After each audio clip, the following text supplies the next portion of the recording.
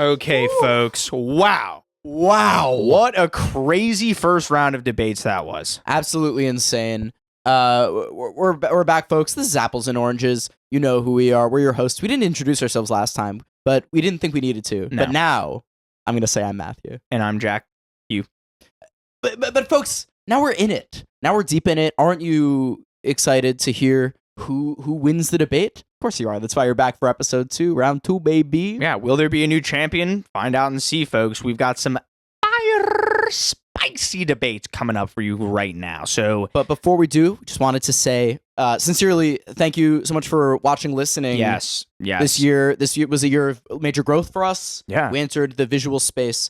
You've led us into your homes, into your cars, into your hearts. And we just want to say thank you very much. And we're so excited for what's next. And for this, to make this the greatest podcast of all time. Yeah, and it is certainly going to be. I mean, 2025 is actually going to be our year. Clips coming out, more visual, bigger guests. Tell your friends, watch this space. And we're telling you to watch our hearts, because there's a space for you nestled right in there. We love you. And we're back here, folks, with these. We're in the semifinals. I know, it's round 2, everyone. It's already the semifinals. How are you feeling, Matt? This room is absolutely electric right now. It's totally electric. Here we have two amazing competitors back once again for round 2. Here we have Joan Flaherty. Hey, I'm so excited. And Justin Winston. The undefeated. Is that right from your first appearance on the show too? I won all 3 ones. Really? All 3 debates in the first appearance. Okay. I was gonna say, never mind. Muhammad Ali, who was eventually defeated, Yeah, but you know, he gets that title still. that, I right? think. Yeah. Well, Yeah. anyway, folks, we got some topics here. Let's jump in. Yeah. Jack, you want to kick this off? Yes. All right. First, we are going to we're going to give out our topics, of course. And Justin, your topic is a mammal of your choice. Joan, your topic is a dessert of your choice. And so you can think, and I mean, my palms are sweating. Your knees weak. Mom spaghetti. Yeah. Oh boy. Yeah, we'll let our contestants continue to think for a few more seconds. Unless in the meantime, Joan has a certain look in their got it, face. I got it. Let's dive in with the opening statement. I got it. Do I go first then? Yeah, yes. Okay, so dessert, tiramisu. Tiramisu, I think it's hard to beat tiramisu in a lot of ways. Firstly, it really has a cultural significance for Italian American people. And Italian American people, they're the loudest voices that we hear, which means they're the most right. I saw a TikTok the other day of people make tiramisu with an entire fridge sheet. That's how much people like it. They want to be able to just go in and scoop. More than that, I think it stands for tradition, because it really is a symbol of tradition. It's a story of immigration, it existing in 2 places, but not randomly us knowing it's the same people who did that. It combines dairy and espresso in a way that's not a latte. Mm-hmm. Tiramisu brings a lot to the table, and not just as a dish, but as an icon.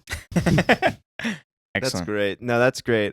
I don't know if you guys know this, but here's what I'm gonna pick: human being. Is this cheating? No, it's a mammal. Yeah, humans are mammals, and this is why I think that all those things you said about tiramisu are really great, and they come from the convection of a mind of the mammal known as that's the Homo sapien. Well, then that's going to be the trap. Well, let's let him finish his opening statement.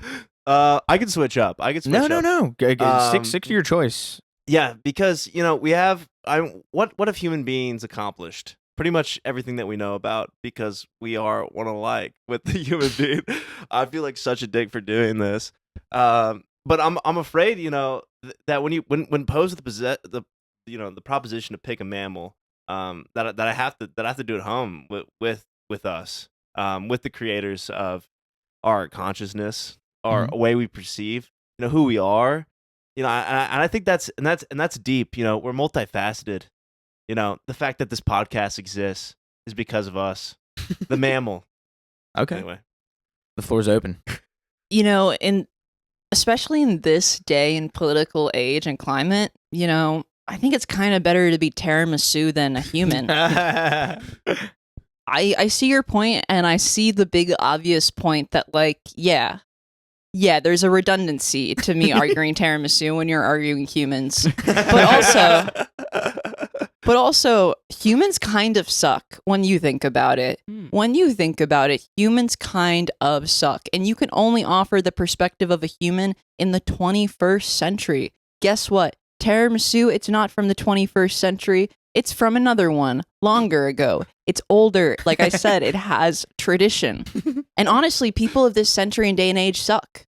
We have been killing the planet in just the span of the last 200 years. So you bring up an interesting point about the existence of tiramisu, but dare I argue that humans have been around longer than tiramisu? But I'm saying you can only argue the perspective of a human that exists in the 21st century. Is that true though? With archaeological evidence, can't we take a glimpse into the past and Well, see I how would the say that humans used to live? humans are the issue with, like, there's just the redundancy of, like, if I can't argue against humans, then I'm arguing against tiramisu. No, that's 'Cause not necessarily everything's- the case. I think Well, in my mind, I'm don't just get too like, heady with it. It's just tiramisu. Yeah, but humans made it. It's okay. I feel like anyway. I feel like I'm the kid on the playground who says, "I'm touching the ground." I spit on the microphone. If I'm touching the ground is touching base, and therefore I'm on base. You know what I'm saying? Like playing tag. So are the contestants requesting new topics? Should we do it again? I want to. Yeah. I think the contestants are requesting new topics. New topics. Just New like topics. complete- Let's do this. Let's throw this out. Yeah. Everyone agrees this is wrong. It's just yeah. it's It the just doesn't- loophole. Like, in my mind, I'm like, no, I know the logic is that humans would always win because without 'cause- humans, who would create the tiramisu? It's true. I should have gone with dolphins. That's okay. It's This fine. is We're- this is this sort is of that was like unprecedented. that was a warm up. It's It was just a where warm-up. we got We're getting sparred. set. Yeah, Okay. yeah. This is actually how it started. Yeah, it's Yeah. good. Well, now you all are a bit looser. We Yeah, can really yeah. dive in Yeah. with these two wonderful new topics that, you know what? It's not like a chicken and egg situation again. These are two actual disparate topics. Very distinct and different. Yeah. Yeah. Let's jump right in here.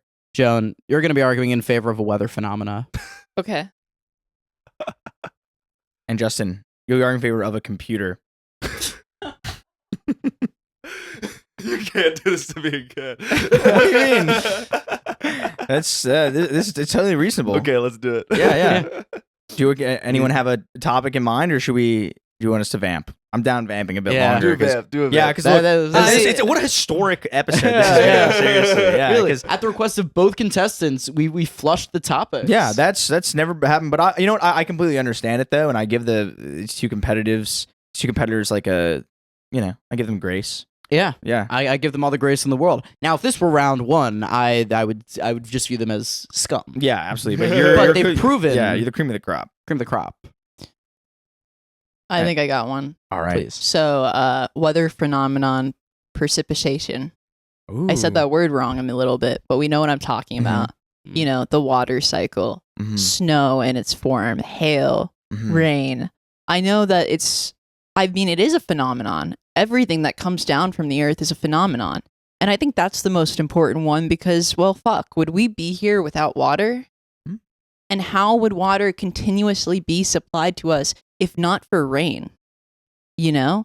It is in times of drought, people see rain as a symbol of hope. People sit and wish for rain, and when rain comes, it feels like God. Do you know how many times rain has been mentioned in the Bible? You know the Great Flood, Of course. Noah? That was all rain. That didn't happen. Opening statement. Silence. Sorry. That was all rain. It's so essential to everything, and I love it. Let me just say that. Great. And that's my opening statement. That's great. That's really great. I'm gonna throw it back to what is many considered the first thinking machine, the first computer. Of course, I'm talking about Alan Turing's Turing machine. Rain is all good for our crops.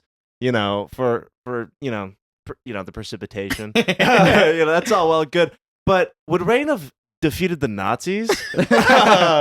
I don't think so. I think it was Alan Turing's Turing machine which cracked the Nazi Enigma code, which allowed the Allied forces to decipher key Nazi information and allow the landing of our American forces on Normandy, which really turned the tide of World War II in our favor. That's my opening statement. All right, let's hear it. Hot opening statements. Well, can I offer up? I don't know what a turning machine is, but everyone on Earth knows what rain is.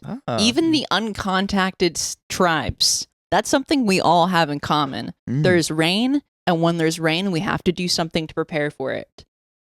Now, there's a lot of heroes in history that go unsung, especially with how Alan Turing was treated after his computer due to his homosexuality, which is very sad. But, the very fact that we have access to this information and the accessibility to our knowledge of rain, dare I say, is because this world has remained free. And the reason that freedom has, happened so prevalently is because we were able to use our, knowledge of computers with the Turing machine. I feel like what does Alan Turing's homosexuality have to do with the Turing machine?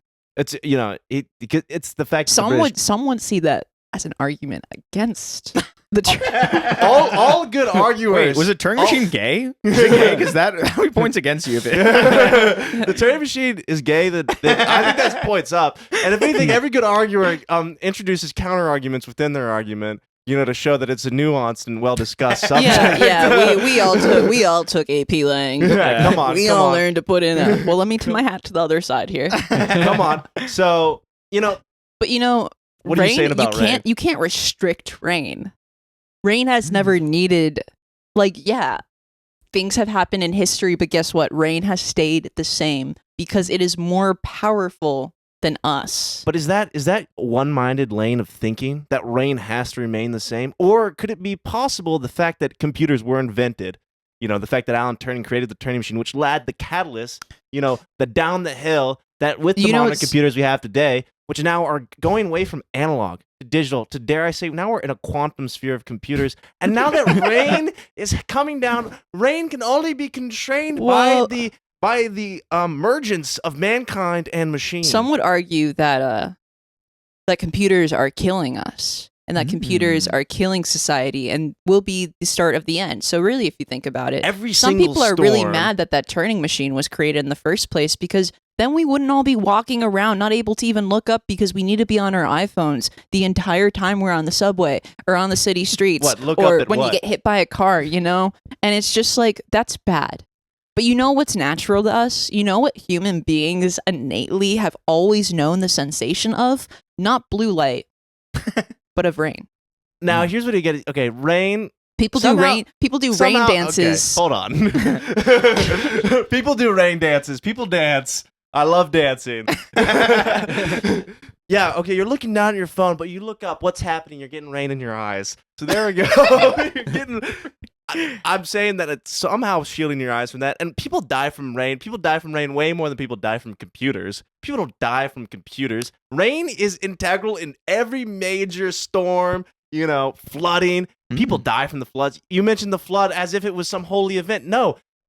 According to the legend, only 2 people survived.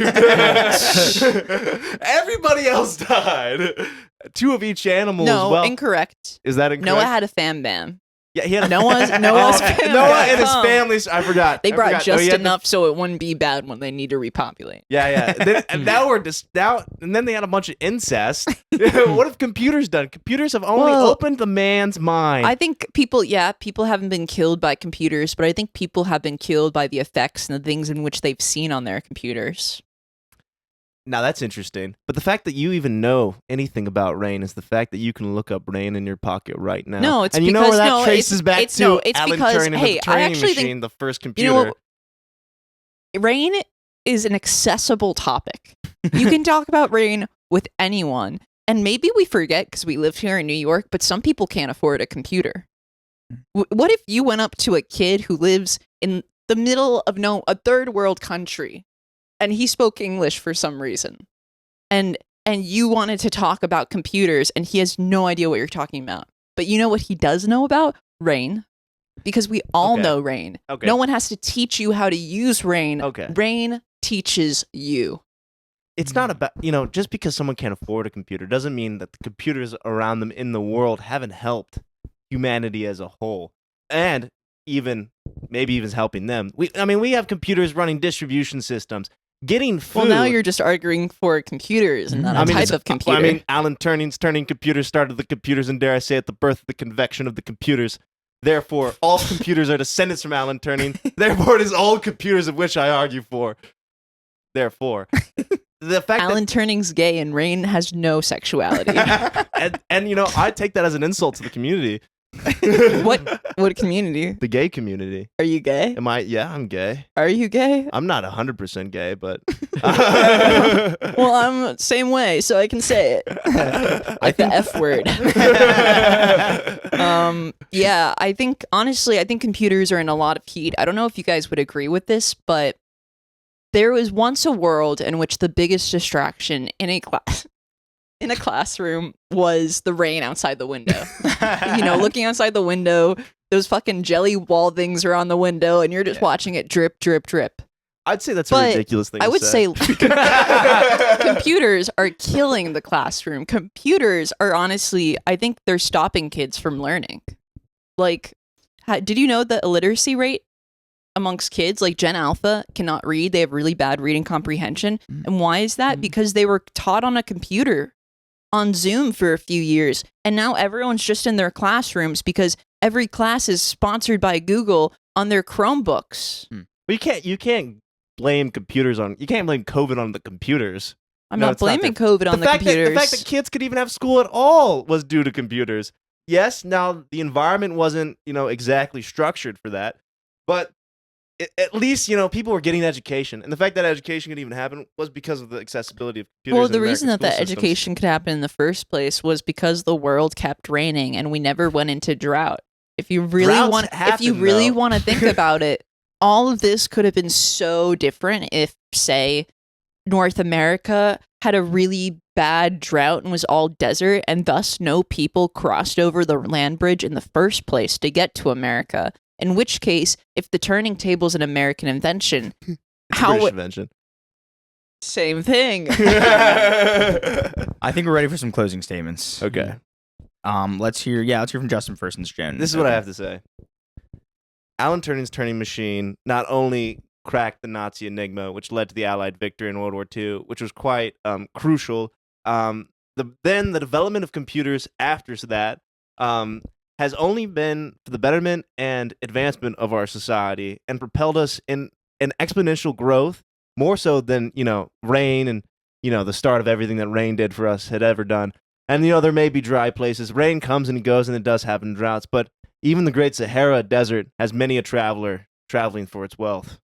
Dare I say, computers trump rain. Jen. Like I said in the first place, arguing for the turning machine, don't know what that is. I know what rain is. And also, everywhere in the world is dependent upon rain. It's not like there is some source of water that we know of in the core of the earth that feeds these rivers and stuff. It is rain and also global warming. I think computers are bad because they're making humans stupid. And I think we can all agree to that. I don't think computers have helped our lives in ways. But at the same time, I think we can all agree that if we had not gotten technology to the point of which technology is at, we'd probably have a better society and a better world. Rain has only been a positive. Yes, it can rain a little bit too much, but also you can be on a computer a little bit too much. Imagine you got into a really bad car crash, right? Okay. Middle of the woods. Guy with you dies, but you're alive. Crawl out of the car crash. You don't know where you are, and you're stranded there for days, nay, a week, as the search team's looking for you. How are they looking for you? You're going around yelling. Hey, closing statement. But without rain being there, you'd probably die. Huh. Wow. So Makes you think. well, you need it. It can help you out in a tough situation. All right. I think that concludes the round, Matt. That concludes the round, yeah. Yeah. This is a real toughie. I mean, it was very interesting. We started with one debate. We tossed it in favor of came back swinging. And now we have a winner. I would say this was a close one. This was a very close one. It was a very unorthodox one. Very unorthodox. I think the rain just smidged it out. I think Joan is a victor. Yes. I think there wasn't enough talk of the Turing machine itself. I think none of us know what that is. I think there was Now we too know much what talk it is. on both sides, calling it the turning machine when he was Alan Turing. Yeah. But that's how we do things in Apples and Oranges. We rewrite history. That's we just how it we goes. we gay wash history. We go back. And yeah. I'll even say this: had we not restarted, that probably would have been an easy Justin win. But- I know. And that's why I feel bad now. No, No, it felt it's like okay. cheating for me to pick humans. I was like, this is like, there's no way I It was lose. like when the teachers like come up with a group name and you're like, okay, our group name is group name. Yeah. Well, but that's once you enter the second round of the semifinals, like All bets that's are when off. all bets are off. That was furious. It showed Yeah. Machiavellian thinking from Joan to Mhm. get Justin to agree to wash that. That was expertly done. I Mhm. think all there is left now is for Justin to plug something in the new year. This comes out January 3rd, I think. this comes out early Jan 2025. So anything you'd like to plug or anything you'd like to say just in general, anything, any final thoughts? It's been real, and I will be coming back next season. Mhm. Yeah. I am now the defeated, so that's gonna be tough to grapple with on the way home. Sketch show March 13th. Yeah. We'll be there, and follow me on Instagram at jrwinnie_. Oh yeah. Awesome. And Joan, you do not get to plug anything. Nothing yet. You get to go to the Tricked. next round. But Expertly we will be back in just a moment. And we're back. Wow. Oh. Seamless. Can you believe you two are back here already? I can't believe it. It's felt like seconds. It has been. Uh-huh. Yeah. Yeah. May as well be. Yeah. But since then, I've grown power hungry. Seriously, yeah, Yes. folks. We actually brought out the scepter and showed it to them, and now, much like the Ring of Power, they're obsessed with it. I'm and frothing at the mouth. Yeah, it's bringing out. Oh, I thought that was a Zin. Mhm. Oh, okay. No, foaming at the mouth for the scepter. Cool. Well, Yeah. why don't we dive in, Let's folks? dive right in. We're in it now. Okay. Julia, Okay. you'll be arguing in favor of a beer brand. Okay. And Nathan, you'll be arguing in favor of a musical artist. Musical artist. Matt, what an insane previous round we just experienced. Yeah, what was that previous round we experienced? Do you want to check the Yeah, we can check the bracket. Yeah, let's folks. check the bracket right here. Oh, it was this, I'm sure.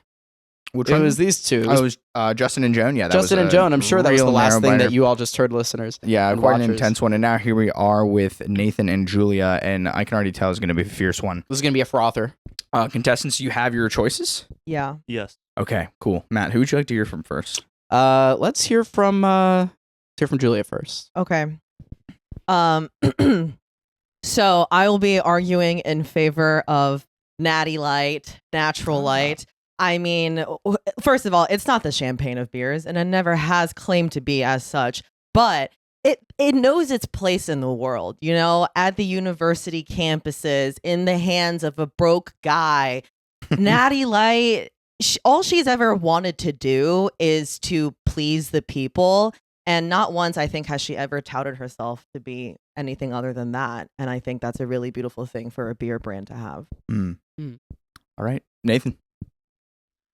Today, I'm going to be arguing in favor of one of the greatest musical artists of our generation and say of human history, Kermit the motherfucking Frog. Oh, interesting. Kermit the Frog is not only a musical artist, but a multimedia visionary who's created one of the most outstanding media enterprises of all time, The Muppets. He's the head of The Muppets.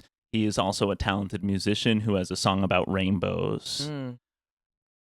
In my argument today, I will be arguing that Kermit the Frog's legacy and Kermit the Frog's place in the musical industry, both past and present, is of much greater cultural value than Natty Light. All right. The floor is open. Yes. Okay. Well, first of all, I would just like to say, in the spirit of the debate, I went to University of Maryland, where Jim Henson famously went to school, and there is a statue of Jim Henson with Kermit the Frog at our Stamp Student Union. And let me tell you, there's been a number of times where there's been a beautiful union and partnership between a can of Natty Light on a Saturday morning and Kermit the Frog with Jim Henson, and I think, I just want to point out that there was allyship at some point, and I think that's a thing culturally that is significant. However, I think, Kermit the Frog, whenever we were walking on campus, it's like, okay, cool, like he's fucking there first. Also, he's a puppet. Okay, does he have any thoughts of his own? Okay, sure, he did Rainbow Connection, or did Jim Henson do Rainbow Connection? I am questioning the authenticity and integrity of Kermit the Frog right now. But Natty Light, I mean, everything she's ever wanted to present at the table is what she is. A can of watered down piss with alcohol in it. Okay, it's beautiful. It's perfect for the freshmen. It's hydrating, but it can get you drunk if you drink like 10 of them. And not to mention, they had that whole era when they had that giant 72 pack that looked like it was the size of like a 13-gallon like trash can. It's funny you bring up authorship as a point against Kermit the Frog when we all know that Shakespeare did not write his own work. I think the fact that you're so eager to unify the art and the artist is actually deeply troubling to me. And I, from my perspective, I think we as sheep, as people who consume, and especially you, Swill, who drinks natural light, the piss of beers, I might add. Hey, there are people out there who like piss. I'm just saying. There are people out there who like piss, not the least of which Dwayne The Rock Johnson. But Dwayne The Rock Johnson makes me sick. And you, frankly, make me sick for your peddling of natural light. I should make you sick because I'm a little piss pig. Piss pig or not, I'm a man of class. I wear tuxedos on the daily. I'm not today because it's an off day for me. I'm proud to be a piss pig in the same way that I think Mrs. Piggy is proud to be a little piss piggy herself. And Mrs. Piggy she likes Natty Light because she's a little piss pig just like me. She likes Natty Light, but she also yell at Kermit on the daily. She's for Kermit, reasons. She's Kermit Ball and Chain. For reasons. I mean, don't get me wrong. I don't know what kind of romantic involvement Miss Piggy and Kermit have had, but if I were in the bedroom with Kermit and he was talking the way that he was talking, I would be like, my pussy is dry. Now I'm a piss pig with a dry pussy. By the way, natural light, there's a pink kind. That's like the pink lemonade one. Wow. I just got to say about natural light, way too wet. Kermit the Frog drying people up left and right. I would say that actually wetness is a bad thing to aspire to. I think while wetness does create life, it also creates slipping. What I will say is I have slipped on a pile of beer many, many times. Oh, sure. Yeah. Either just spewed about, or maybe someone at a party throw a can. I slip on the sure. can. I fall on my back. Absolutely. Make me sick. Give me scoliosis for a year. Kermit the Frog, give me a warm hug. Fuzzy little guy. Okay. See, to me though, a dry frog is a dead frog. In Maryland, we got wet, humid summers. There's lots of those frogs out in the reservoirs, and whenever I see them on the street, guess what? They're dry. And they're smashed. Hey, we're not talking about. And I'm just saying, oh, sure. No, I understand. Frogs in the middle America. No, absolutely. We're talking about one of the First greatest. of all, Maryland's on the East Coast. But what I'm trying to say. Okay. Maryland's on the East Coast. Kermit the Frog is from the East Coast. Kermit the Frog is a coastal elite. He's a coastal elite. He's from Maryland, where Jim Henson founded him, but he lives in Seattle now, working a 9-to-5 job at Amazon. Oh, but see, that's the thing, is that like that's so unrelatable to the people, I sit around and I'm like, oh, you're a corporate elite that works at Amazon. Okay, cool, you make a bunch of money. But do you know what the people of the working class have in common is that they've cracked open a natural light, whether they liked it or not, and they drank the whole damn thing. What people are we talking about here? Regular people that matter? Regular folks, people that matter, people on the ground, people that are working in the factories and go home to children that they take care of and put food in their mouth, but they don't give natural light to the children because that would be bad and immoral. The way I see it, people who drink Natty Light are the reason we got an orange man in the White House. That's all I'm gonna say. You know what I will say to that is there's an orange man in the White House, but there was an old man with a diaper in the White House, and I think the same folks that drank Natty Light also did that too. Hey. I think Natty Light is bipartisan. I think it is it is a what's it called? Certain nonprofits have to file as a 501 like C4, and that means that they're nonpartisan. And I think Natural Light is that, just that, nonpartisan. Anybody of any party, of any affiliation, of any sect would understand what a Natty Light is. I think Kermit the Frog's media enterprise stands for something greater, something that we can aspire to. Instead of being content with the status quo America, I think we can aspire to the Rainbow Connection. I think we can aspire to a world where frogs can be actors and stars. That's the thing is we got an orange guy in the White House. We're doomed. You know, all of that fluffy kind of like, oh, Rainbow Connection. There could be something happy in this world. I don't think so, man. I think that makes me sick. I think we have to seek beauty in the things that are already within our horizons, within just what normal people engage in, and that's a Natty Light. And you're talking about all these big dreams, all these big beautiful sunshine and rainbows. Kermit, there's going to be a class war, okay? Get with it.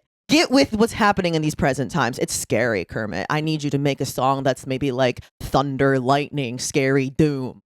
Then I would be connected to him. That is scary to me, but I think you're contradicting yourself in your argument here. You're arguing for a change in the status quo with new music, uprising, revolting, upturning what we have. But you're also arguing for a beer that is drunk by college kids. Whoa! People who are content to stick to the mainstream education system. I'm starting, and I hate to plug something so early on the podcast, but I'm starting a new online course for individuals who want to learn how the world works and break through the lies of America. And Kermit the Frog has been hounding me on my emails asking to be teaching on this course. You know, actually, that's so crazy because I talked to Elmo recently, and he was talking mad shit about Kermit, and also he was drinking a Natty Light. He was actually so drunk. Yeah, Elmo, an alcoholic. And I wouldn't listen to a word he says. I don't know, but like in Big Bird too, ever since Big Bird knew that he was supposed to be in the champion, that big spaceship that like exploded, he's had this huge new like look on life, and I know that he's a big fan of Natty Light and does not like Kermit the Frog. It's really quite embarrassing. You don't want to see a family like that torn apart, but I mean that's the behind the scenes at Sesame Street. I'm just saying Kermit the Frog is rising above the people in his life, the people in his community. But is he bringing anyone up with him? Addicted to natural light and alcohol, beer that kills people. Kermit the Frog been sober for 50 years. That's very admirable. Yeah, I really respect that. Yeah, me too. Yeah. No joking around here. Yeah, no. Sober. I'm not sober. Soberism is good. Neither am I. Probably would be better for me. But sure. I think it'd be better for anyone. I agree. I think we can find an agreement on that point. Oh, absolutely. I think this is. Go ahead and finish your thought, Nathan. I'm just going to say it's funny that the person who agrees that soberism would be better for them is arguing for alcohol beer. Look, we're gonna. I think time for closing statements. Yes. Okay. Yeah. Sure. Heard from Julia first. Let's go to Nathan. All right. He's locking in. We live in a divided world today. Now, more than ever, we need somebody who's going to bring a new America, an America that we can all be excited about, an America that we can be happy about. Maybe a place that isn't even called America, a place that is separate from time and space. I think Kermit the Frog is the man to do it. I think my opponent here is arguing for a poison that kills our bodies and is, drunk by people who frankly don't matter. Kermit the Frog is an artist who's created fine art for many years, dresses very well, and is an upstanding part of society at large. We may have an orange man in the White House, but soon we must have a green man in the White House. Okay. So what I will say to all of that is, sure, Natty Light is drunk by some of the worst frat bros that you've ever met in your life. But the thing is that Natty Light will always be there for you. We only live once. So yeah, I'm going to get a little drunkies off of the little Natty Lighties. And the thing is sure, Kermit's been around for a hot second, but the world has also been bad for a hot second. Seems like Kermit's actually been complicit in all of that. I think Kermit might be complicit in SARS and like maybe even like 9/11, which is kind of cool in retrospect. But regardless, it's like, Kermit, you've been around for a while. You've seen all the bad things that go down, but then how am I supposed to trust you that you would be able to fix things with your art? You know what I mean? Natty Light is there for comfort and has never once asked or been anything other than that. Wow. Or rather, debate. Fierce debate. Fierce. Wow. Fierce, hilarious, passionate. Folks, that was one of the best in pod history, I dare I say. Dare I say? I would agree with you. Yeah, that was incredible, folks. But only one can move on. Yes. And that one is Julia. No! Oh my god. Well, look, folks. I mean, it was definitely a close one, but Close. we can dive into the analysis a bit. I mean, we just weren't hearing enough about his musical endeavors. He was a musical artist, so Yeah. sort of a minus point there. Also, I couldn't help but notice you prematurely plugged, and that's sort of a loser's mindset. That's sort of not. Yeah. But it's not the only reason. So yeah, congrats. But if you'd like to do your formal plug Yeah, now, formal please. plug now. This is being released on January 3rd, I Yeah, believe. yeah. It's January 3rd. That's today's date. Oh. For the listeners. I don't know what time it is. Oh god, this is fucking bullshit. But I guess plug. I think probably. Can I? Yeah, do a little calendar. Yeah. The date, because I know I have one show that's like for sure locked. Yeah, no problem at all. All right. Yes, Ghost Girl, my sketch team, has a show on January 11th, so that's a week and a day from today. If you're watching this on the day, which is January 3rd, which is today, yeah, please come. It'll be fun. It'll be our best of show, so it'll be our best sketches from the last 6 months. You can't miss it. It'll be a banger. Sweet. Amazing. And And Julia, of course you don't get to plug. I don't get to plug Yeah, it. Of course not you even don't. close. I don't. But you are moving on to the year championship. Is that? God. Yeah, you're moving on to the final round, to the finals. I'm scared. And It should be. It's scary. It is. but It's unbelievable. I know what's on the line, which is the scepter, and that's scary to me. yeah. And also, Nathan, I'd like to say I like Kermit. Okay, a little too late, I think, but I'm sorry. I have no integrity as a person. And that's what it takes to win. That's what apples and oranges is all about. Absolutely. Yeah. All right, folks. Right. Stay Machiavellian. We'll be right back. We're back. We're back. And this is how back we are. No time has passed. It's been just a few minutes since the last No. debate. A few seconds, even. Yeah, really. Seconds ago, Julia, you just defeated Nathan. That happened seconds ago. Yes, I did. It was exhilarating. We were there. We were there. Yeah. We know.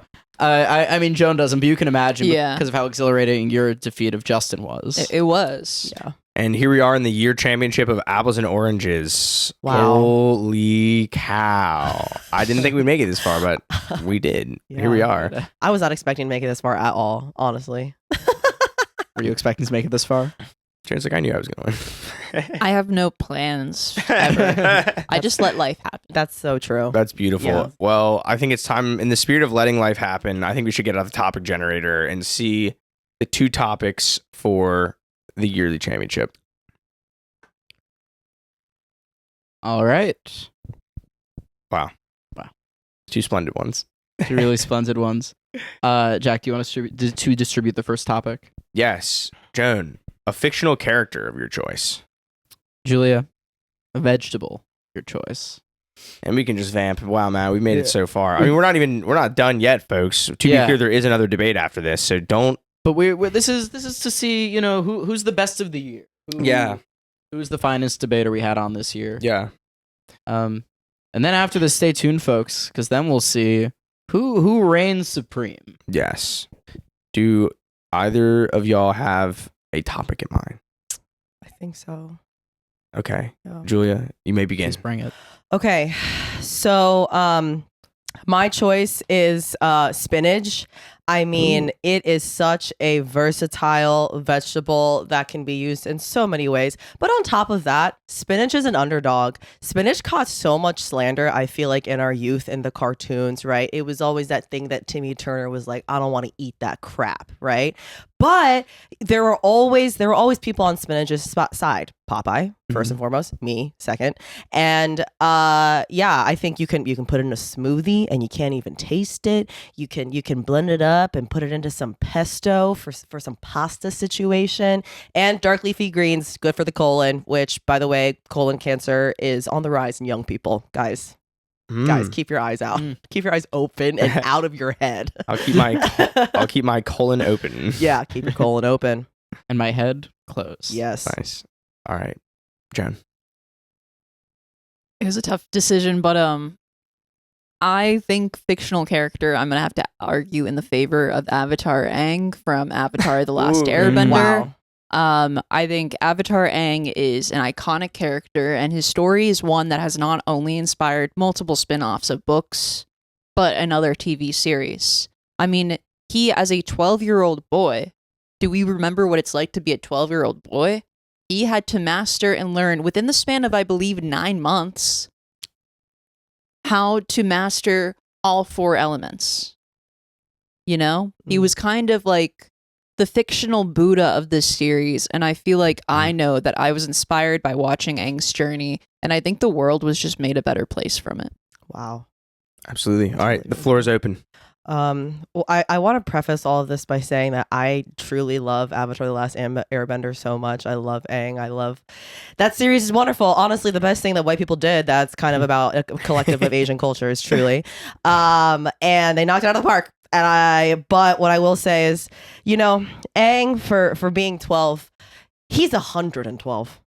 He was in that big chunk of ice just made a point. 100 He's years. one of the oldest men alive. One of the oldest men alive. Which so I he has do the see- most wisdom to give the earth. Oh, sure. But his naivete, wow. I mean, in those early seasons especially, it's Well, like... some would say that you need to be naive to learn versus Sure. spinach.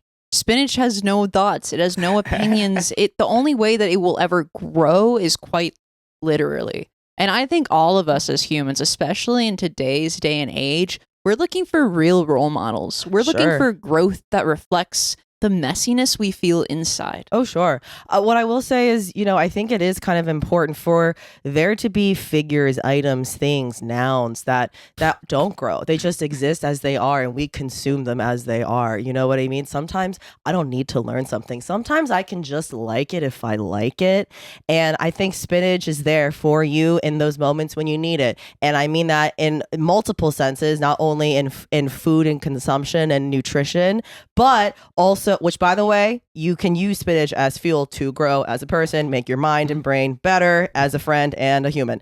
However, spinach just rotting in your fridge, no problem, compost, okay, legally in New York. You have to but do also that. if we're talking about a place of enjoyment, something that helps us learn, but also we enjoy the process of it. I think most people in a room would want to watch Avatar: The Last Airbender as opposed to watching a thing of spinach. Oh, Honestly, sure.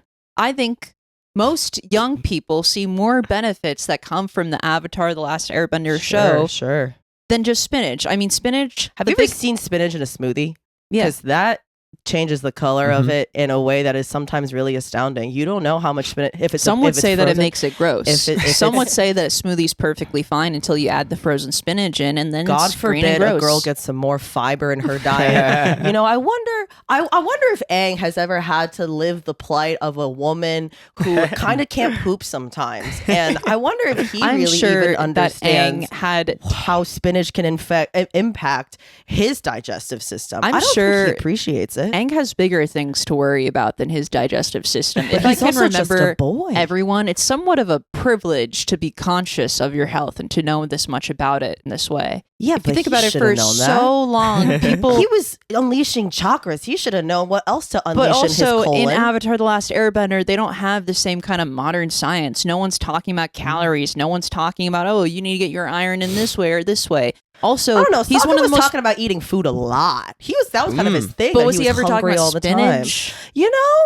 No, probably not. But that doesn't mean that spinach was insignificant. It doesn't mean that they weren't seeking it on the times that we didn't know about. Characters develop in ways that we can't even see sometimes. The only PR that spinach really has going for it is Popeye the Sailor Man, which is a show that most people in the generation of Z, if I may say, as part of that generation, have not seen in comparison to Avatar The Last Airbender. If you ask them... No, that's commentary on Gen Z. Do they appreciate the oldies, the classics? No. But we don't have to talk about that right now. When he ate the spinach, it gave him huge forearms. And I would dare to say that that's not even the beauty standard of today.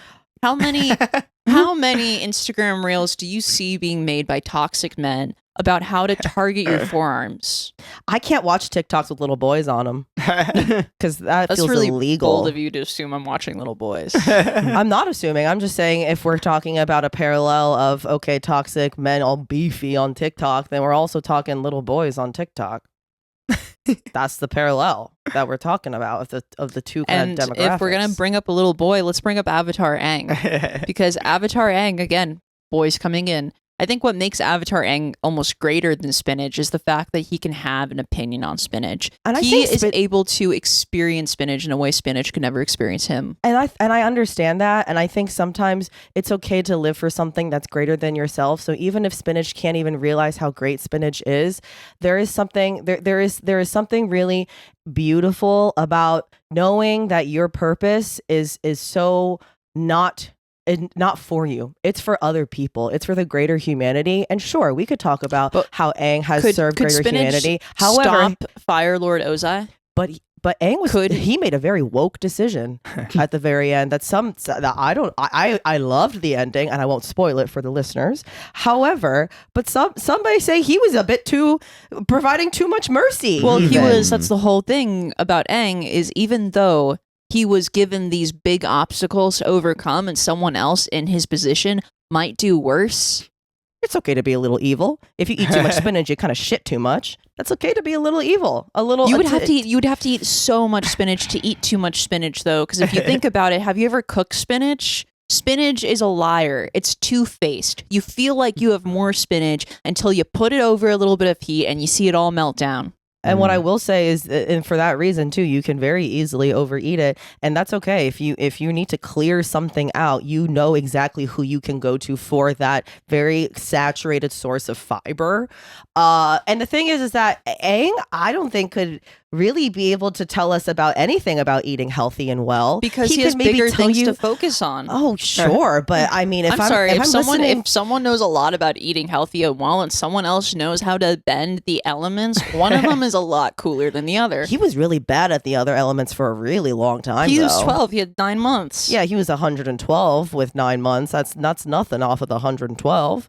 You know, and spinach has been around for a long time. Spinach has always known what it is it has to offer, but and it's never changed. I think it does. I think spinach, once it's grown, it's in that what pot. Wisdom has it imparted? It's looking up at you as it cooks and becomes that beautiful bright green color, and you're just like, I know what I'm getting out of this. Well, whereas in that early season with Aang, it's like, this little dumb nowadays, kid doesn't even know what he's doing. Nowadays, most spinach is sprayed with pesticides. Unless you buy it organic. Unlike different fruits and hey, not everyone has the privilege to have the money to buy organic. Not everyone has the privilege vegetables. to watch Avatar: The Last Airbender on Netflix. Period. Mic drop. Spinach. You can also watch it on 123 Movies. Oh. Well, and when you get spinach that's not organic, you're eating straight up pesticides. It is harming you. We got when you watch microplastics Avatar in our bodies, but it's not from Avatar: The Last Airbender.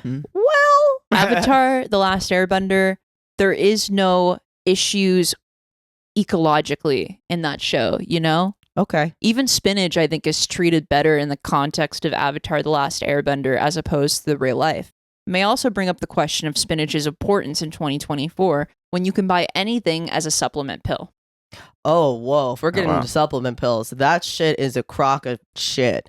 Okay? I'm not even going to get into supplement pills. First of all, that shit tastes nasty.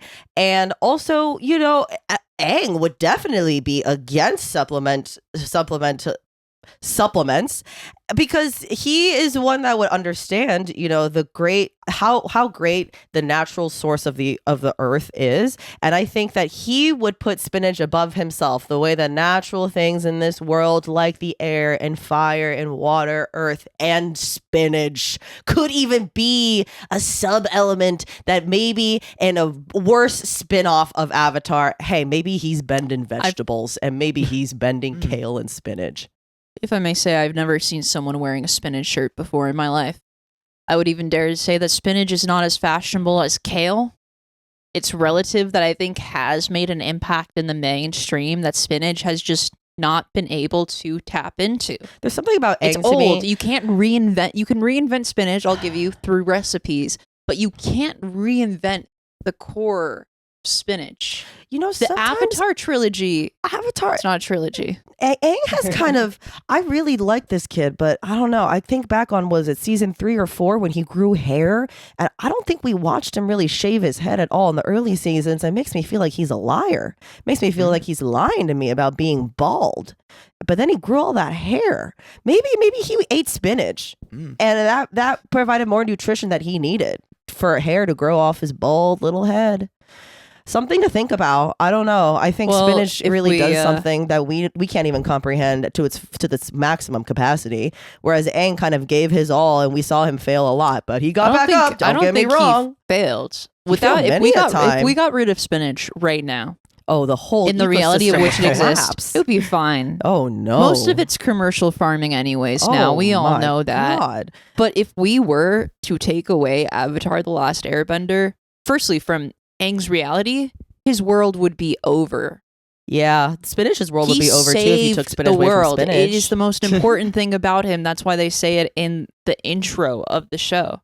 Yeah. And if we took away Avatar: The Last Airbender from this reality, well, I could say I'd be a lot sadder as a person. Let's just say if I didn't have spinach, I don't think I could poop, and I would be dead. And that would be sad to me. So in the sake of this argument, I think a lot of people who, if they didn't eat enough fiber and didn't eat enough spinach, they would also be dead in the water too. Colons just pumped out of their assholes because they can't poop, because there's not enough spinach and fiber in their diet. But you could sit around and watch Avatar, but Avatar's not going to make me poop. But there's alternatives that you can take to spinach, I suppose, but it's in a whole family of different leafy greens versus Avatar: The Last Airbender. One of the most critical dark leafy greens, I may say. I would argue kale. I don't know. Spinach kind of the OG dark leafy green, I've never seen spinach have a line of shirts at Target. Kale has a line of shirts at Target? You've never seen a shirt that says kale on it in college lettering? No. Well, I think it's about time for a closing statement. Yeah. All right. So, Joan.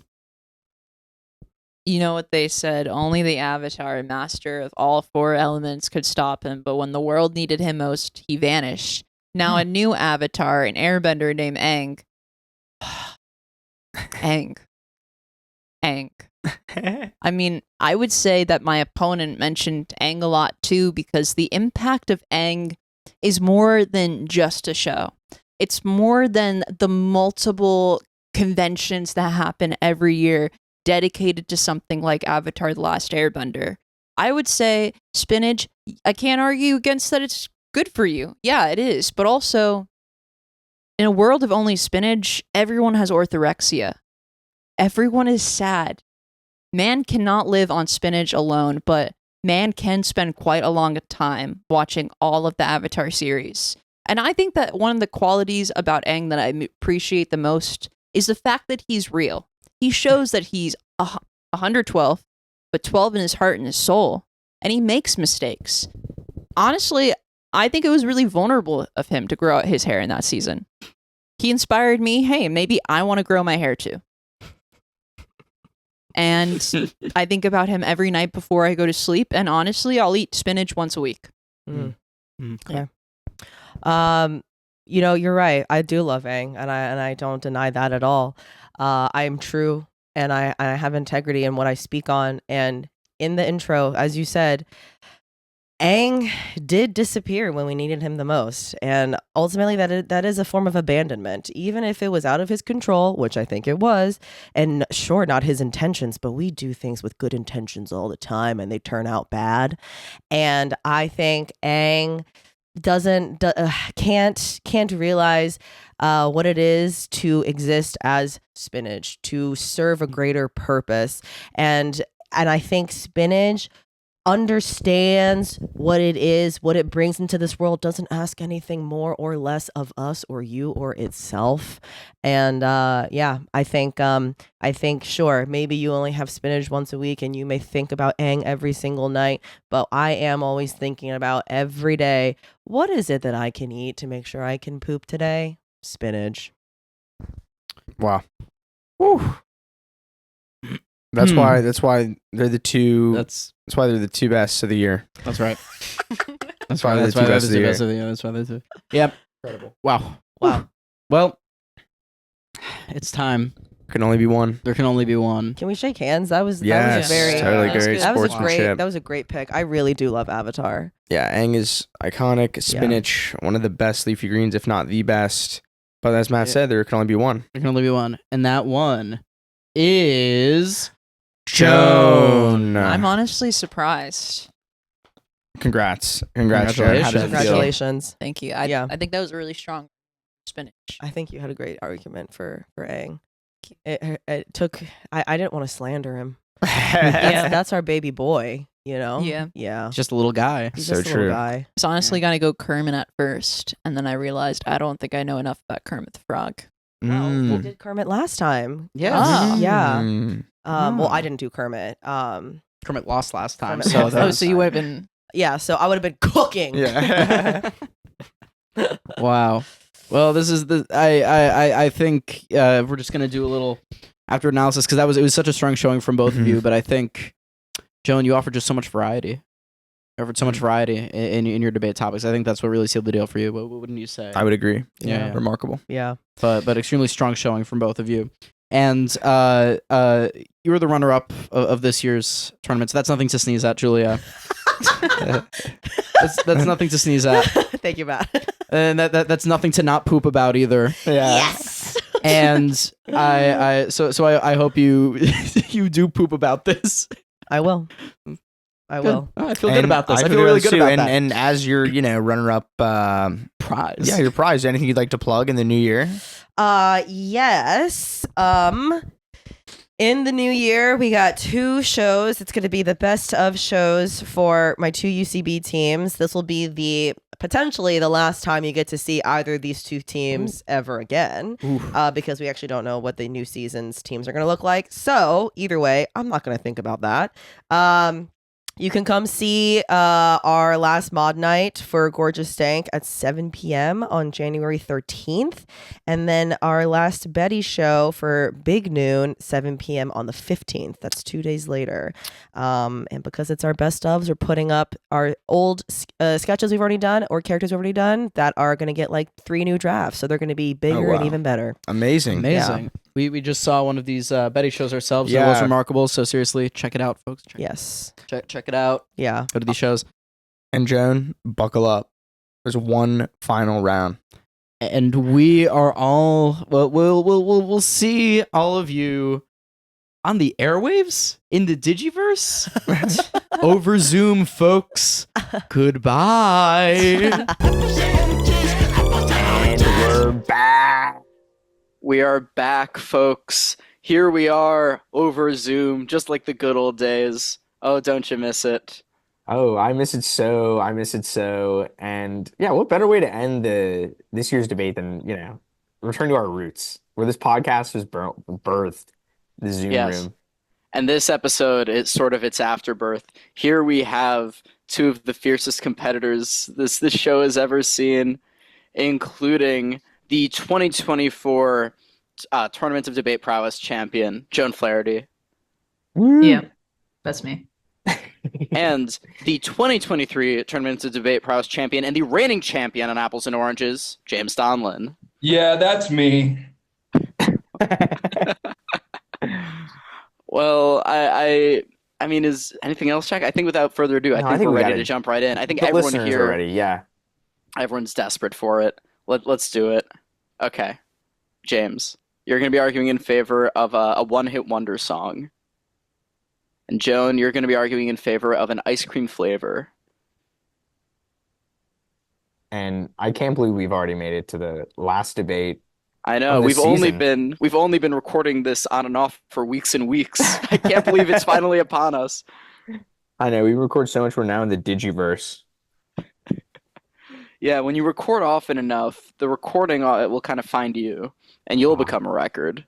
Nothing more. I believe that was Who said that, Matt? I believe that was William Shakespeare. I believe that was Shakespeare. The immortal bard. The immortal bard had some takes upon the sort of the digital future upon us. He saw the writing on the wall.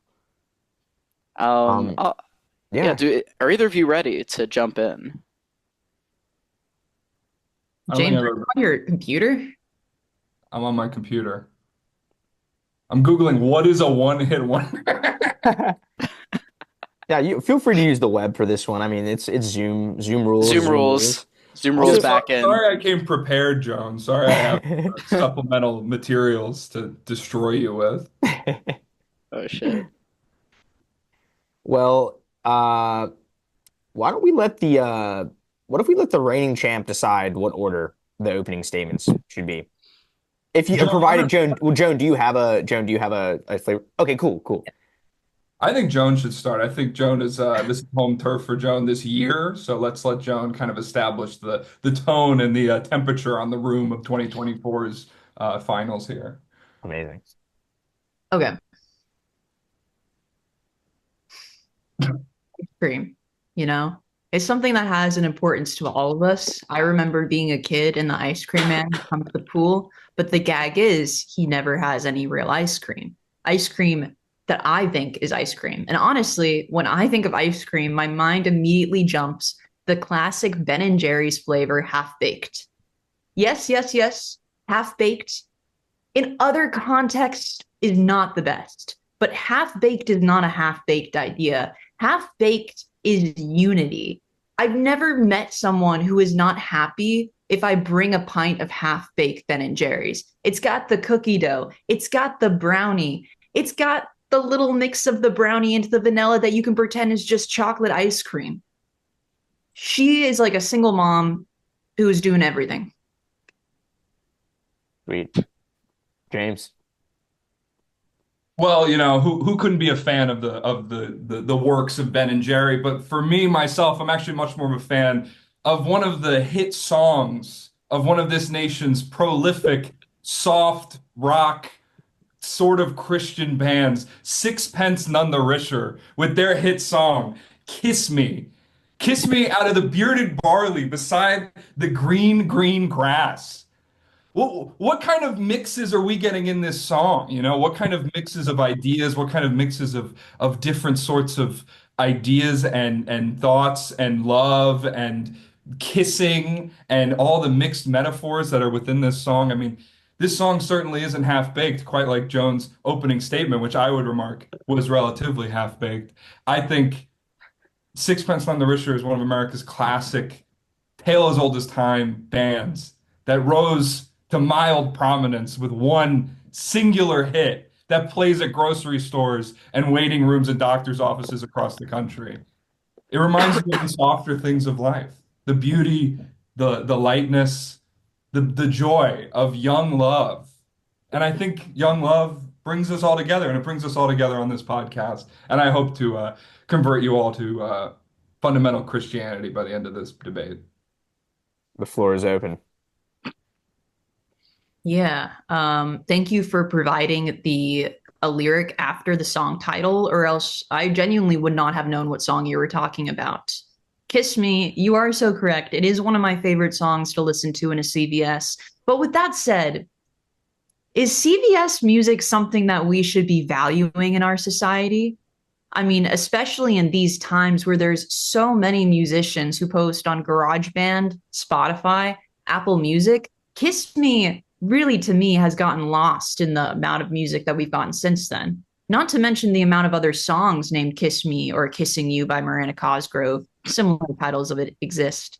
Honestly, when it comes to Kiss Me, it's a song that sounds like it was made to be in a commercial, but it's a song not even good enough to be in a commercial for Ben & Jerry's half-baked ice cream. Couldn't be more wrong, Joan. Nothing would be more perfect to advertise the sweet delight and the pure the pure godly joy experienced when someone is eating ice cream. It's only accompanied, it's almost like the sprinkles or the whipped cream or a chocolate sauce that you put on top. Anything can be improved by the beautiful lyrics and the beautiful tones of Sixpence None the Richer's Kiss Me. Okay, I want to talk a little bit about half pint or half baked. A pint of Ben & Jerry's ice cream. I went to the grocery store last week and I was shocked at the level of options out there for the American people. This grocery store I went to, the entire aisle was ice cream. The entire thing was ice cream. It's lost in the mix. It's lost in the mix. Sometimes they don't even have it. It's not even a classic flavor that you could find reliably. You couldn't even get it at most grocery stores. Sometimes they don't even have the half-baked. So time.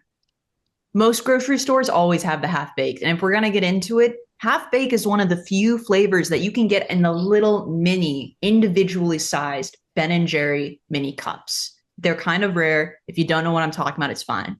Back to Kiss Me. I do want to bring up, though, that a few points. So the lyric, "Oh, kiss me beneath the milky twilight." What is milky twilight to you? Because when I think of milky twilight, damn it, Joan. I'm imagining there's some milk involved. I don't know. More on that. You know what's fun? What's more fun during sex? Ice cream instead of the song Kiss Me. Oh my God.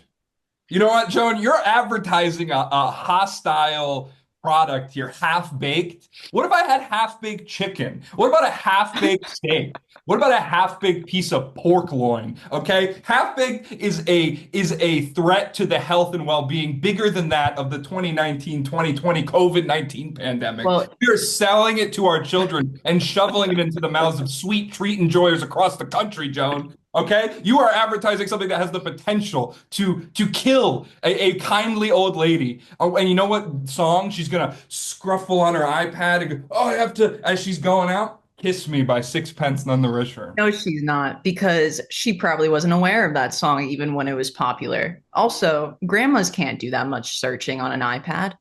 We all know that. Grandmas love iPads, Joan. Say what you want about ice cream, but can I remind you that we're also living in an Ozempic culture right now? I think, if anything, we should celebrate these small desserts that we have always loved. So what, you gain a few pounds? That's just called loving life. So, you know, I'm still not over your volatile use of the milky twilight line against me. It's "Kiss me beneath the milky twilight." Okay, you're doing something almost in reverence to the beauty of ice cream. Ice cream, something that so many people in this country and this world, the people and the children of the world, enjoy ice cream, and they enjoy a level of flavors. Kiss Me can be played on a number of devices, a number of different sort of things across the world. And you know what, Ben & Jerry's, you're not getting that in Syria. I would argue Ben & Jerry's in you're not getting Philippines.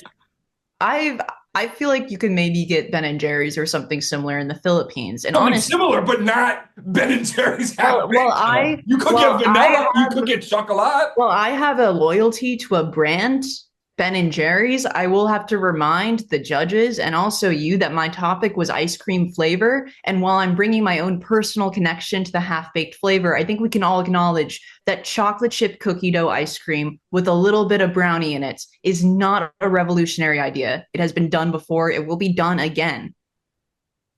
I think ice cream is more accessible than listening to the song Kiss Me. Because firstly, Kiss Me's not being played on the radio anymore. So imagine you're someone who doesn't own an iPhone. Are you just going to go sit in a CVS and wait for that song to play? Yeah. Anyone could go get ice cream. Anyone. As long as you have the money, you can get ice cream.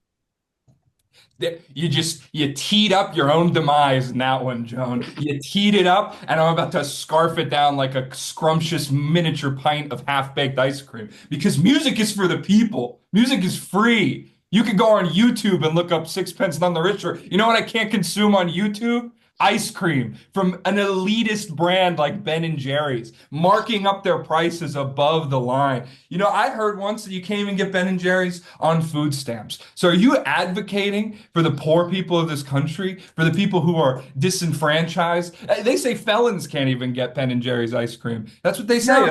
That's what the people say, Joan. That's what the people think. Well, Ben and Jerry's, may I first bring up that in your metaphor, you said that you're going to eat my response like a tub of Ben and Jerry's, implying that you yourself are a fan of half-baked ice cream and that you would eat the entire pint, which that's something that I've always liked about half-baked ice cream is it's genuinely a crowd pleaser. Are you First of telling all, me, Joan, I am much more of a fan of fish food as a Ben and Jerry's flavor. So if you want to come to play and you want to come to dance, you better bring a little radio Well, and kiss me because I'm looking to boogie, Joan. well, you know, I have some allergies. So Yeah, you can't be allergic to music, Joan. You can't be allergic to the soft tones of a soft Christian rock band. what is a bearded 1990s. barley? What is a bearded barley? A bearded barley is a type of barley that hasn't shaved in a while, Joan. And if you were more worldly and understood the types of barley and hops and wheat grass that were available to the American public, you would know that. But you don't know that because you only know about uncooked ice cream flavors that people. But have you ever thought how so many people make music and have been making music because it's something that you can profit off of? It's something that you can become famous off of. You know, in today's age, and honestly, after the 50s, 60s, musicians aren't like musicians used to be. It used to be about the craft. But now when you can learn how to do a song on YouTube, who's to say that Kiss Me wasn't just written to be exactly what it was, a one-hit wonder? Because here's the thing about Ben and Jerry's. Ben and Jerry's does not hit once. It hits again and again and again and again. Damn, Joan. What a fantastic argument. I think that was very well put. It's really going to break my heart to have to put you down on this one. Your argument is that Ben and Jerry's and music isn't what it used to be. You're arguing that music is changed so much in time. I don't look towards the past. I look towards the future. And maybe Sixpence None the Richer had one hit song from the 90s that just rocked the shit out of a CVS or a Walgreens back in the day. But one day, we're not going to have half-baked ice cream. The planet is warming, okay? Ice cream will be milkshakes in the future. You're not going to be able to capture the essence of a frozen, creamy, custardy treat. Music will not be destroyed by the changing global climate. When was the last time you saw someone listening to Kiss Me? I looked in the mirror this morning. You know what I was listening to? Kiss me under the milky twilight, ring, ring. And I sing, I twirl, Joan, I twirl. I let my hair go down. I have a beautiful mane of hair under this hat. Can I be honest? You can't frolic to Ben and Jerry's half-baked ice cream. You know how much I frolic to Kiss Me? I take my little dog. You can frolic with some half-baked ice cream. Try it, Joan, and not ruin your nice white energy. Some would say you'd have the energy to frolic after consuming the half-baked ice cream because it has essential carbohydrates which we need to go on. I will say it's not the best source of them, and it will spike your insulin for a little bit, and then you're going to feel bad. But hey, life is all about feeling bad sometimes. Ladies and gentlemen, Joan is an advocate for the rise of obesity and diabetic individuals in this country. I don't think that music is something, like I said, I frolic to. You know what frolicking does? It raises the cardiovascular activity of my cardiovascular system. It gets my blood pumping. It releases endorphins in my brain. I eat a pint of half-baked ice cream. You know what's happening to me? I'm crashing by the end of the night. I'm feeling sick. My digestive. What if I'm lactose intolerant? There's no soft rock intolerance in this country, is there, Joe? There's something called having a bad taste in music, and I would argue that the song Kiss Me kind of falls into that. I know that you're talking about it being frolicking music, but can I be honest? To me, I associate it most highly with being in like a Tampax commercial. Listen, So it's no big deal that you picked maybe the worst flavor of Ben and Jerry's ice cream. I mean, cookie dough ice cream, guys, when is it time for us to grow up? Let's grow up and have a nice sorbet. Let's grow up and have a nice gelato. Let's go to the store, get it on a cone. This fallacy of youth that we're all into this cookie dough ice cream like a child on the floor of the kitchen looking up, watching our mom making cookies and baking them and wanting that egg riddled it's actually disease. more than just chocolate chip cookie dough ice cream. It's chocolate chip cookie dough ice cream with brownie batter with bits of brownie in it. I think my point still stands. I think brownie batter fits into the category. I've seen brownies being made. Haven't we all? Haven't we all? All my friends standing around me here in my apartment. I think the brownie batter, it looks like diarrhea. I don't want uncooked diarrhea ice cream with stripped. Hey, you know what's next from Ben and Jerry's? Puke flavored ice cream with toenails in it? What's the appeal aesthetically? What's the visual concept? So basically what you're saying is you only eat food if it's aesthetic enough?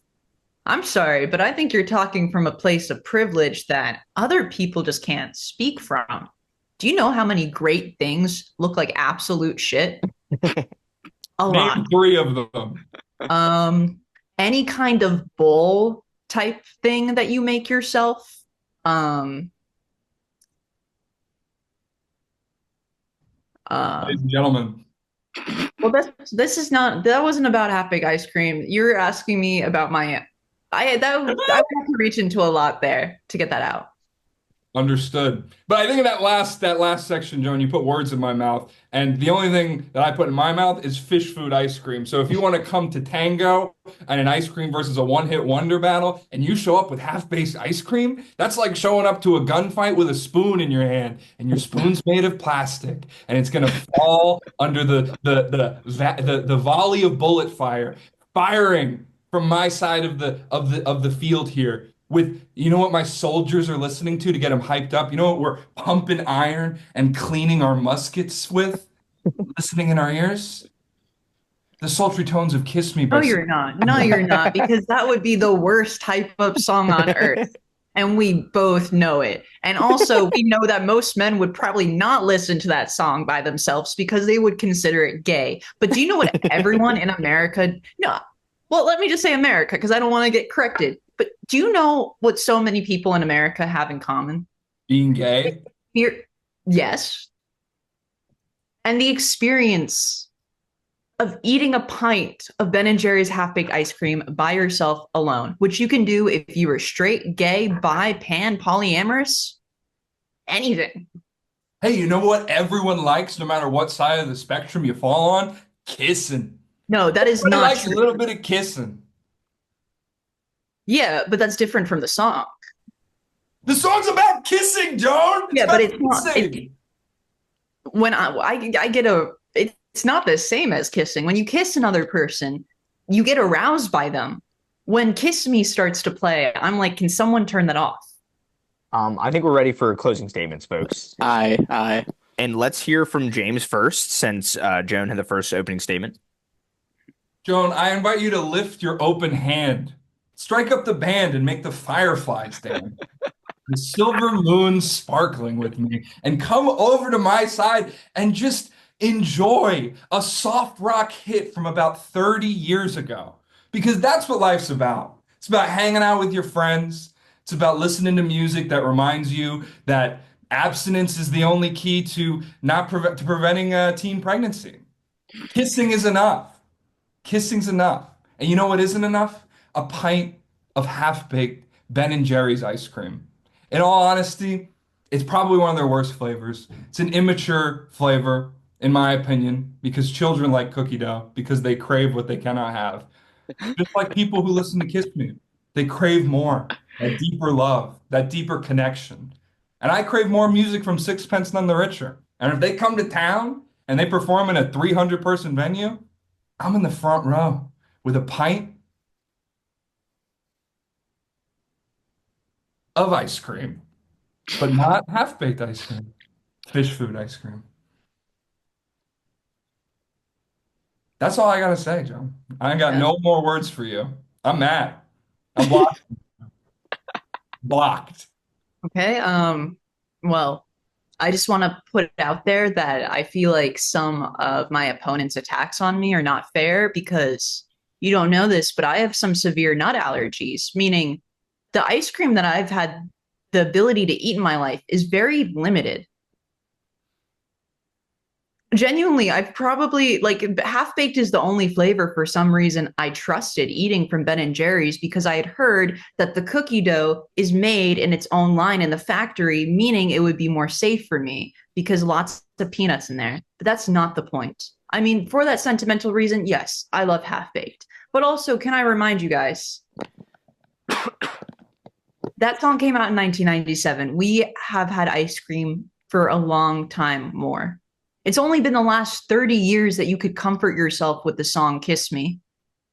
But it's been maybe the last 200 that you could eat a pint of ice cream by yourself or even just make ice cream. I would say that ice cream is an inherent part of the tradition of being a part of a family in America. It's a part of summers. It's a part of life that you can't just ignore. I don't know. I think Kiss Me is not a good song. I personally feel like if I went into any bar in the Midwest and asked a group of straight men if they liked the song Kiss Me or if they liked Ben and Jerry's ice cream, I think they would have a decision and a choice. Also, Kiss Me, very unrecognizable title of a song. Kissing You by One Direction, Kissing You by Miranda Cosgrove, Kiss, the band. It's been overwashed by other music with the word kiss in it. Meanwhile, Ben and Jerry's Half Baked, there's no other ice cream company with a half baked. It's a full baked idea with half baked ingredients. Yeah. Wow. Wow. Oh, you got the Absolute. slogan there at the end. That's pretty cool. What a bold debate. You're both Holy very cow. bold. Yeah, Goodness, and expertise. real expertise here. Well, It was like it's time. It was like watching two master painters compete simultaneously. It was beautiful. But there can only be one. There can only be one, and this is the really something. This is we're making history, apples and oranges tournament debate prowess history right now, because we now have a reigning champion for 2 years in a row. James Donlon was the winner of that debate. Congrats, James. Congratulations. Wow. I mean, Joan, also wow. congrats for winning the year tournament and for making it this far. Now is your opportunity to plug. You've made it this You've waited a far. long time to plug. We've not, as you might remember, James, not permitted to plug up until this point. So I imagine this is a huge deal for you, John. It's a huge deal for me, and I was hoping that I would have something to plug by the time that this came. And I don't. When does this come out? Like January 3rd. Yeah, I don't really know then. But Where can people find you? my Instagram is Oatly Barista Blend, and my TikTok is Just Peers. And if you DM me and you want my address and you want to just, please. You're plugging your own assassination. Well, that's what most people don't know about the United Healthcare CEO is he wanted it. Did you see what he was wearing? He was asking. Yeah. That's exactly right. Yeah. James, congratulations. How do you feel? I feel ecstatic. I wish someone would kiss me right now, honestly. I can tell you, I feel sixpence none the richer. I feel. And that means that this is basically a renewal of your continued marriage to Jack. Yep. We've done it. We did it. The lore lives. We're married. We live in different states. But that's okay. You can be married to someone who doesn't live in your state. Yeah. It's legal. That's allowed. They allow that now. Yeah, they allow that now. New laws, interstate marriage. Well, yeah, in 2015, gay marriage made legal across the country, and then of course 2023, just last year, they made interstate marriage legal, which I thought was, I thought they should have gotten that done earlier. Frankly, it was about time. Finally, but that's what this podcast is all about. Is taking the change that's overdue and making the people aware of it. That's right. About the James. Milky Twilight. Yeah, I'm very aware of the Milky Twilight now. I'm never gonna forget it. No, nor I. Well, everyone, thank you so much for listening. James, Oh wait, Jen, wait. James, do you have anything that Oh, you that's would good. like to plug? You can just follow me on Instagram at James Donlon with a little underscore because I couldn't get just my name. So you can follow me there, and maybe I'll post something that you'll like. And then maybe you can use the information on that post to find out where I live. And None the richer, none the richer. Alrighty, folks. Thank you so much for listening this year. This tournament has been, dare I say, a blessing. It's been a lovely time. Thank you for listening, James, Joan. Thank you so much for being here and competing. thanks, guys. Thank you. All right. We will see you in 2 weeks, folks. Peace. Bye bye. Better